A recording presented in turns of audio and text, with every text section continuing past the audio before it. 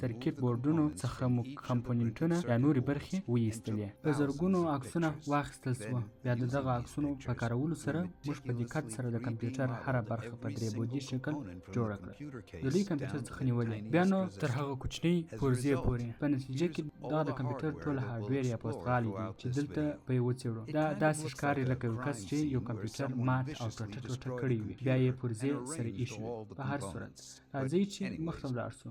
موږ په دغه لړۍ د مهمې برخې څخه شروع کړو چې هغه ته سی پی یو یا د کمپیوټر مغز وایي، چې پر سر یې یو پوښ دی چې ورته د تودوخې ایستونکی وایي، او دننه یې یو کوچنی فلزي برخه ده چې یو د برېښنا تېرونکی یې پکې کړی وي او د ډای په نوم یادېږي.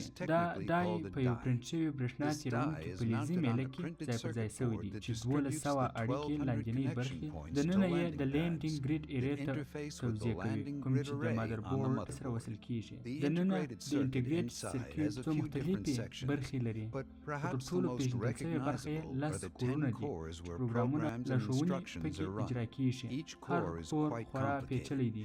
نو دلته یو ډایګرام وړاندې شوی چې مختلفې برخې ښیي. دې ډایګرام کې ګڼ شمېر پیچلي عناصر شتون لري او تاسو کولی شئ د راتلونکو ویډیوګانو په لړۍ کې انتظار وکړئ چې موږ د کمپیوټر معماري او د دې برخو د کار څرنګوالی وڅېړو. اوس راځئ چې د انټیګریټډ ډېره کوچنۍ ساحه رانږدې کړو تر څو یوې ټرانزسټرونه ووینو. دا خورا کوچني دي، یوازې یو څو نانومتره پلنوالی لري او په دې ډای کې شاوخوا له 8 څخه تر 10 میلیارده ټرانزسټرونه شتون لري. د ټرانزسټرونو پر سر څو فلزي طبقې شتون لري. د فلزي تارونو څو طبقې